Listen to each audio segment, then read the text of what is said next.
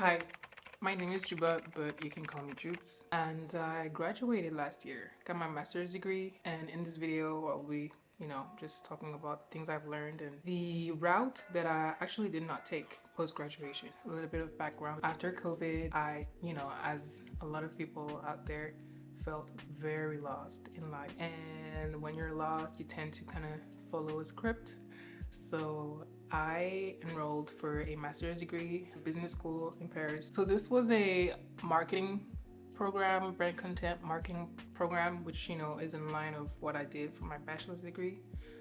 But I'm not gonna lie, I was just buying time. It was a way to do something and to look good in the eyes of people, especially my parents, especially my dad. But saying that this was really something I wanted to do would be a lie. It's something I felt like I had to do more so. Something to keep me busy, make money, because the 2 years I did was an apprenticeship. I had to support myself, especially because I had moved out. So it felt right. It made sense. Let's put it that way. I feel like people see the 20s as, this prime decade in your life. And I kind of felt like I was wasting that away. One, because of COVID, like 2 years down the drain. And then just being in my shell and just spiraling. I'm not gonna lie, I was spiraling, okay? It was not, ooh, it was difficult. So like I said, I was completing my master's degree and working at the same time. So it was an apprenticeship. Got it. And so I worked for this big company, very cool on your resume. And after a couple weeks, I had realized that I was not a corp babe. This video is not meant to ever leave my phone. I'm having to break down low key, as I do on Monday mornings when I go back to work. But y'all, this shit cannot, it's either me being very dramatic, which, is not far-fetched at all, or I'm just not made for that, and it's okay. Either or, I'm not feeling it, so I think that's the takeaway. Wow, that was a wake-up call. That was like, wow. This whole time I was working towards, this career, like big company. I was not aligned at all. That was terrible. It was a terrible time. No, okay, let me not do that. Even in bad experiences, you learn things that you do not want for your life, and that helps you filter out the things that are just not for you. So all in all, it was a big company, like I said, very men driven industry, I would say. I've never felt more inadequate in my life. The imposter syndrome was real and palpable. I would walk in the building, I would put on my mask, my social mask, of like performing this person that's confident and that knows what she's doing, and whole time I was internally counting the minutes. It was so, that was a time. I think this was a turning point for me. All of my academic years were supposed to lead me to this path. In that last year, before graduating, that I was like, yo, I don't think I can play that game anymore. I have felt very out of place. I've just been out of it. My thesis is stressing me out. I just have to get through this week, as I've been saying for the past few months. Let me get through this week, and when Monday comes, let me get through this week. That's no way to live. I don't think I can pretend like this is for me, like my older siblings or like friends of mine. Because mind you, I had taken a lot of gap years before that. I had traveled, I had lived abroad. So I felt like I was buying time because I didn't want to be confronted with that choice, or be confronted with like this real adult life thing. So I was postponing that chapter. Something about your path, you cannot lie to yourself. You can lie to people, you can lie to your boss, but deep down you know if you're where you're supposed to be. Although I was numb and used to just dissociate and to go with the flow, I was at a point where I was like, I can't do this. At the time I was 26. I was like, I don't, like, this is a quarter of my life. I don't think I can keep this circus going. That was a very isolating feeling. People kept asking me, so what are you doing after graduation? So what are you doing after your contract? And I would have to lie, literally, because I didn't want it to become a whole thing. I would be like, oh, I'm gonna, apply for jobs and maybe take a little break. But in my head, I knew I was burnt out, emotionally burnt out. I'm not gonna say I was overloaded with work, but I was definitely overloaded with just decisions and social life. Like I felt like I didn't have the mental real estate needed to juggle everything that was going on with school, with work, social, family life, my new apartment that I'm in right now. It was just a very overwhelming, depressing time. My name is Juba, and I will be attempting at the deepest sight ever and longest.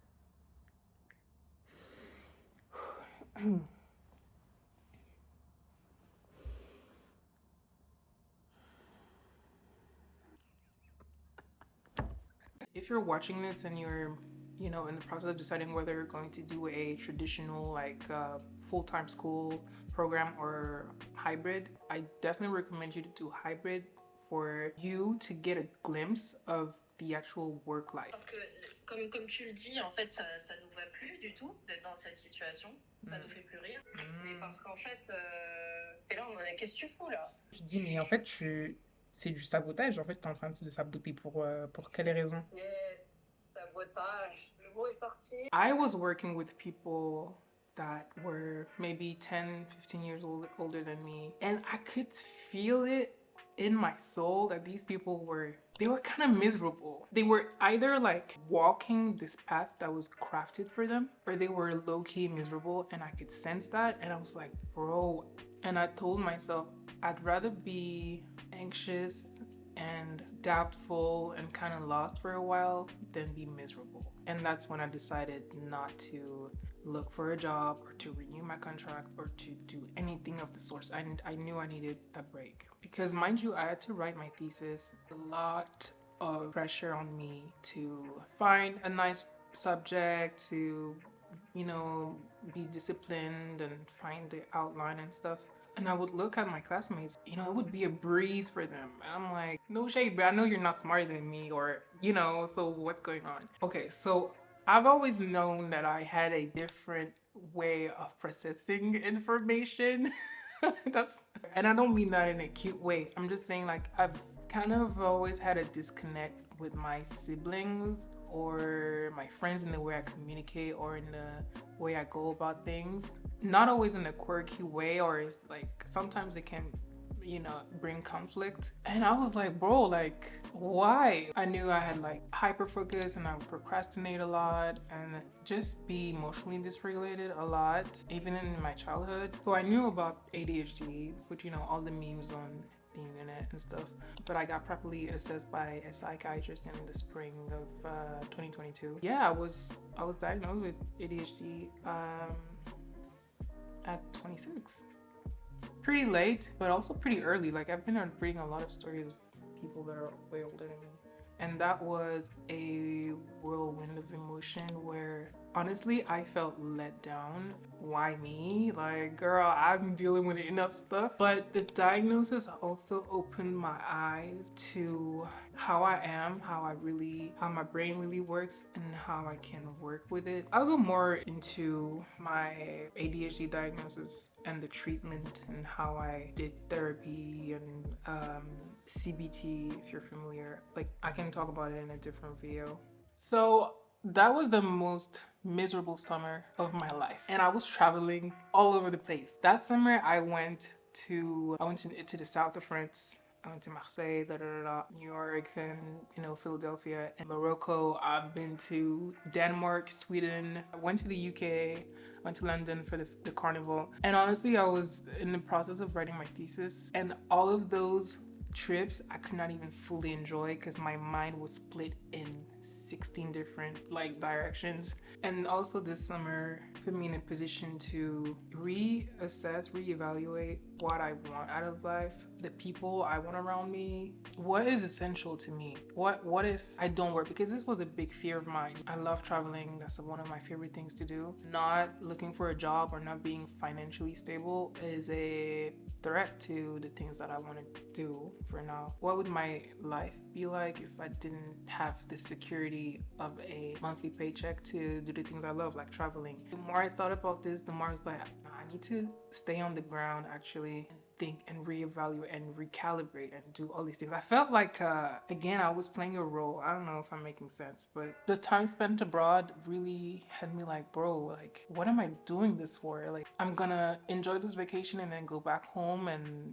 back to this shit. And so I made a promise to myself to do a inventory of my life, from my social circle to my hobbies to my habits to my beliefs to my self-concepts, everything. I felt like completely estranged in a way. So came September, after several meltdowns writing my thesis, and this is when my body kind of gave up on me, where I had breakouts all over my face. I was losing so much weight. I was just jittery. The ADHD medication was, I had to actually change medication. I felt like it made me even more depressed. I know it was because of a lot of anxiety of, okay, now I'm done with my contract, I'm graduating, this is a pivotal moment. I feel like when you are at a crossroad, you get that adrenaline rush, and I guess that manifested in just my body shutting down.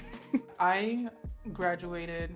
It was a great day. My mom came, my brother came. At that point, I was like, I want to burn everything. Like, yeah, I got this piece of paper now in my hand, but I kind of want to burn everything and rebuild. Most of my life led me to this day where I'm like holding this piece of paper and I'm like, this was not me. I was not actually doing this for me, just doing it because that's the societal script. And I learned a lot throughout all these years. I'm not gonna say this was all a waste of time. Mon dernier jour, c'était jeudi.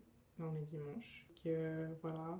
Ça y est, je n'ai plus de travail. Il faut que je me mette à la recherche ou pas en fait. Enfin, je réalisais qu'il y a des choses qui sont pas faites pour moi. Je me butais un peu à me dire que... Parce que c'est ce qui est montré partout. Et je le sais au fond de moi, je l'ai toujours su. C'était juste que j'espérais que ça allait passer et que voilà, j'allais faire un peu comme tout le monde, parce que si j'arrive pas à faire comme tout le monde, bah, c'est qu'il y a un problème avec moi. C'est un risque parce qu'il n'y a pas de notice en fait. Il n'y a pas de méthode, il n'y a pas d'horaire, il n'y a pas de deadline, il n'y a pas de... Voilà, c'est à moi en fait, c'est moi et ma discipline et ma détermination. D'un côté c'est rassurant et d'un autre côté c'est... Post-graduation, people expect you to just have it all figured out, okay? You did all of these years of studying, now you've, got your master's degree, you're supposed to be good, you're set. But when you don't go into that path, people look at you crazy. They look at you crazy when you're like, I just want to rest. I just want to take a break. I am blessed and I'm privileged to live in a country where you can take a long break and think, and also work with my mom, which is a business owner. This is how I sustain myself, pay rent, pay food, and the internet.